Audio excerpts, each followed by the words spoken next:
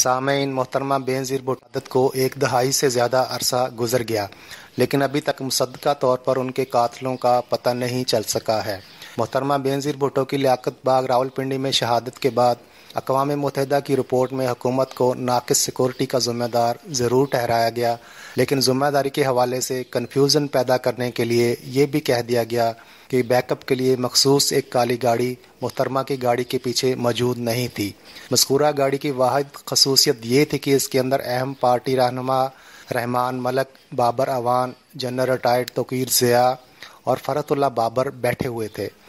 گاڑی کے ڈرائیور کا نام خضر حیات تھا، تاہم اصل اہمیت وزیر داخلہ رحمان ملک اور وزیر قانون ڈاکٹر بابر اعوان کو دی گئی، اور اس طرح کا تاثر پیدا کرنے کی دانستہ کوشش کی گئی کہ ان کی گاڑی محترمہ کی گاڑی کے پیچھے موجود ہوتی تو اگلی گاڑی بچ سکتی تھی۔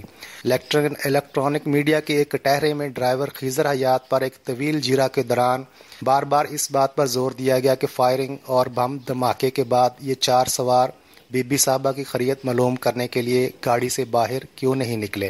خضر حیات نے ایک سے زیادہ مرتبہ وضاحت کی کہ افراتفری کے اس عالم میں پولیس کی ایک گاڑی ہمارے آگے تھی اور ہمیں کہہ رہی تھی کہ آگے نکلو، پیچھے دھواں ہی دھواں تھا۔ رحمان ملک اور ان کے ساتھی بار بار فون کر کے بی بی صاحبہ کی خیریت معلوم کرنے کی کوشش کر رہے تھے۔ دوسری طرف کسی کو کچھ معلوم ہی نہیں تھا، وہ گاڑی سے دھوئیں میں گھس سکتے تھے یا بگدڑ میں شامل ہو کر اپنے آپ پر ہی فرد جرم لگوا سکتے تھے کہ فائرنگ اور دھماکے کی آواز سن کر گاڑی سے اترے اور جانیں بچانے کے لیے اندھا دھند بھاگ اٹھے۔ خضر حیات کے بقول اس نے محترمہ کی گاڑی کے پیچھے چلنے والے ڈبل کیبن کے ڈرائیور سے فون پر رابطہ کیا، جس کا جواب یہ تھا کہ مجھے بی بی کا کچھ پتہ نہیں، بی بی صاحبہ کا ڈرائیور اس کا حقیقی بھائی ہے۔ خضر حیات نے فون اس نے بتایا کہ بی بی صاحبہ زخمی تھیں اور ہماری گاڑی آگے نہیں جا سکتی تھی، ہم نے انہیں کسی اور گاڑی میں منتقل کر دیا۔ جو ہی یہ خبر رحمان ملک صاحب کو ملی تو انہوں نے کہا کہ گاڑی کو جتنا بھی تیز چلا سکتے ہو چلاؤ اور ہسپتال پہنچو۔ خضر حیات نے یہ بھی بتایا کہ اس کی گاڑی بیک اپ کے لیے نہیں بلکہ متبادل گاڑی کے طور پر استعمال ہوتی تھی، ہم کبھی آگے اور کبھی پیچھے چلا کرتے تھے، تاہم دونوں گاڑیاں ہمیشہ ساتھ ساتھ رہتی تھیں۔ اس بیان سے ساری حقیقت سامنے آ جاتی ہے، لیکن اس $1 ملین سوال کا جواب نہیں ملتا کہ اس کار میں سوار لیڈر محترمہ کی خیریت معلوم کرنے کے لیے گاڑی سے باہر کیوں نہیں نکلے؟ کیا یہ خیریت دھوئیں کے پیچھے چھپی ہوئی سڑک کے کنارے کھڑی تھی؟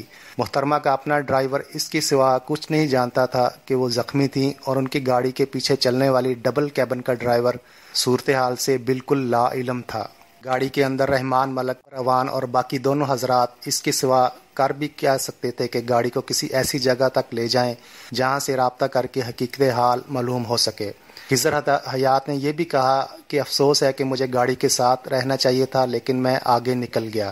اس نے یہ بھی بتایا کہ محترمہ بینظیر جلسے سے واپسی پر گاڑی تبدیل کر لیا کرتی تھیں لیکن اس روز ایسا نہیں کیا۔ اس سے اہم بات یہ ہے کہ خضر حیات کے مطابق جب بی بی صاحبہ سن روف سے باہر نکلیں تو رحمان ملک نے کہا کہ ہم یہاں سے بخیریت نکل جائیں تو معجزہ ہوگا، کیونکہ سیکورٹی نہیں ہے اور بی بی گاڑی سے باہر نکل آئی ہیں۔ سیکورٹی کس کی ذمہ داری تھی؟ حکومت کی، لیکن اقوام متحدہ کی رپورٹ میں کہا گیا ہے کہ پارٹی کی سیکورٹی بھی مناسب نہیں تھی۔ اس نقطے کی منطق سمجھ سے باہر ہے۔ کیا رپورٹ لکھنے والے یہ کہنا چاہتے ہیں کہ پیپلز پارٹی کے نہتے کارکنوں اور لیڈروں نے کوئی باضابطہ سیکورٹی تنظیم بنا رکھی اور رحمان ملک اس کے سربراہ تھے، اس لیے انہیں کٹہرے میں کھڑا کرنا ضروری ہے؟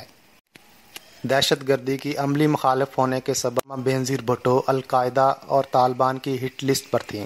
18 اکتوبر 2007 کو کراچی میں خودکش دھماکے میں بال بچ جانے کے باوجود انہوں نے انتخابی جلسوں کا سلسلہ جاری رکھا۔